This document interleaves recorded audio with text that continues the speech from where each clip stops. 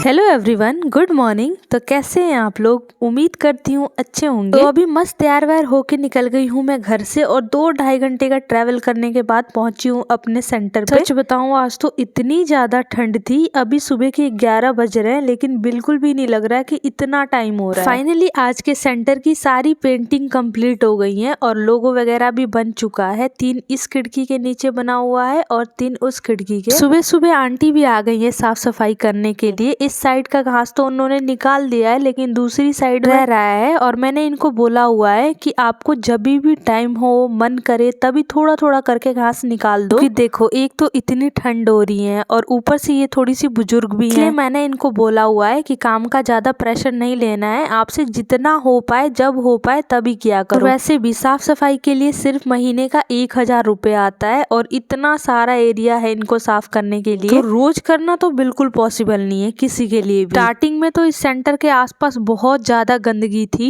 ये सारा एरिया इन्होंने ही साफ किया हुआ है थोड़ा थोड़ा करके। मेरे रूम की भी पेंटिंग कंप्लीट हो चुकी है लेकिन जितने भी बैनर मैंने लगाए हुए थे वो सारा निकालना पड़ गया था पेंटिंग के लिए। अब दोबारा उन सबको बारी बारी से लगाना पड़ेगा। 10-12 बैनर तो मैंने पहले से लगाए हुए थे लेकिन 10-12 का ऑर्डर दे के आई हूँ, वो भी निकल जाएंगे जब लेके आऊंगी। और अपनी आशा आंगनवाड़ी सबको बुला के एक दिन में ही सबसे लगवा दूंगी। और जैसे ही मैं अपने रूम तक पहुंचती हूँ मेरे पीछे पीछे ही मरीज आ जाते हैं। ऐसे अभी ठंड ज्यादा हो रही है तो खांसी जुकाम वाले मरीज सबसे ज्यादा है इस एरिया में। लेकिन आज ज्यादातर मरीज दूसरे गांव से आए हैं। मेरे अंडर में 3 गांव हैं जो कि आसपास के तीनों गांव हैं। तो आज ज्यादातर दूसरे गांव वाले हैं जिसमें ज्यादा से ज्यादा बीपी और शुगर के मरीज हैं। कुछ लोग तो ऐसे होते हैं जो गाँव में सारी फैसिलिटी होने के बाद भी टेस्ट ही नहीं कराते हैं। जब उनको खुद ब खुद बहुत सारी दिक्कतें होने लगती हैं, जैसे कि भूख नहीं लगना या बहुत ज्यादा भूख लगना या घाव नहीं भरना, तब जाके टेस्ट कराएंगे जब पता लगेगा कि उनको शुगर है, बीपी है या अन्य कोई बीमारी है। ड्यूटी खत्म करने के बाद आ गई हूँ अपने रूम पे